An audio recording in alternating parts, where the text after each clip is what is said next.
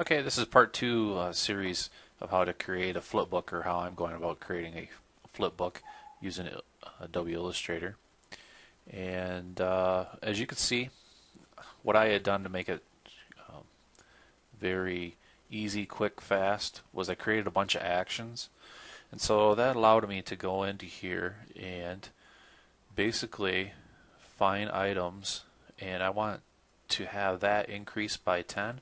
So I have an action where I had called uh, for it to scale up to 10. So I have scale 10, and I just come over here and I hit the play button, and as you can see, it has grown 10. And then I want to go ahead and print that, so I just highlight my print and hit play, and it should be coming up here momentarily. And as you can see, I'm going to go ahead and print.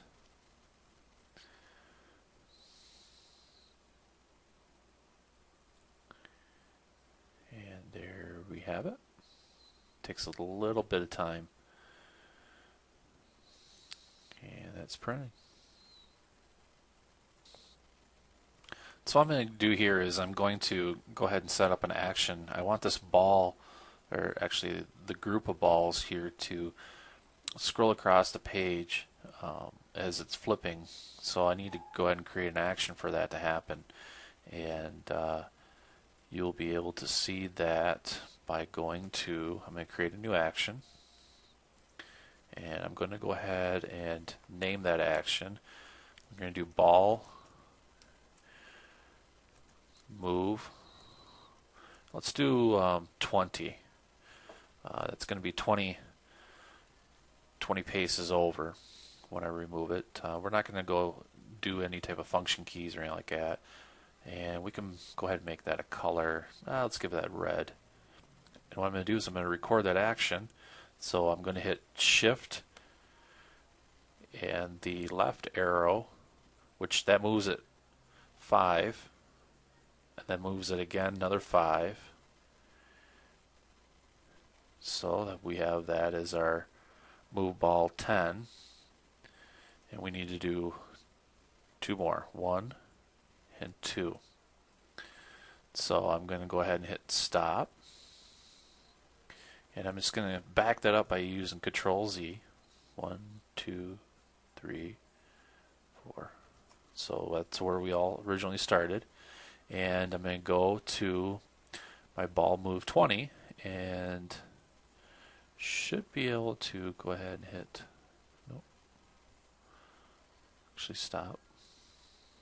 Check that out, yep. So we're going to do stop there, hit play. And as you can see, it moved at 20. So that was a success. Now if I want to go ahead and change that, what I do is I double click on the ball move, and I think 20 is a little too much, so I'm going to go ahead and do that at 10. And what I need to do then is I need to actually delete 2 of those. So I'm going to highlight 2 of them, clicking on one, holding Shift key, click on the other one, and go to the trash can, click yes. And as you can see in this area here, where I have ball move 2, I only have moved it twice. So I'm going to go ahead and back that up.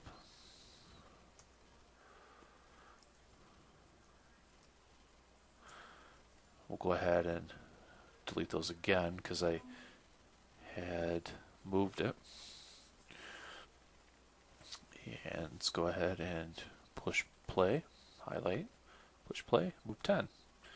And now I'll go ahead and scroll up to print. And there you have it. I hope this was helpful. This is one of the exciting ways of doing a flipbook real quick, fast, and kind of keeps you in the mindset of making sure that everything is in sync. I will also like to note that it really took a lot of planning, so into creating this actions here. And one of the things that I ended up doing was to come to understanding that I needed to use the actions was to take and write everything down. And so what I did was I created a list, and in the list I said, okay, I'm going to need a print function, I'm going to need a save as an AI file function, I'm going to need to scale objects by 10 up, or move horizontally by 10, or move horizontally by 5. Every once in a while I'm going to need to save it as a JPEG, like I'm going to go ahead and do here. So I create an action for that, and it should load up. And as you can see, I have my optimized file open. I'll click save, and I just put everything in sequence, so that'll be number 9, and it's saved. Decrease scale by 10 and increase scale by 20. I mean, sometimes I'll use the 20. Now, the quickest and fastest way for me to do the lower opacity, because I have a series of about 25 cards where I had lowered the opacity of the brick background originally, and also the black in the letter. So I had to go ahead and create an action for that, which where I lower the transparency opacity, as you can see here.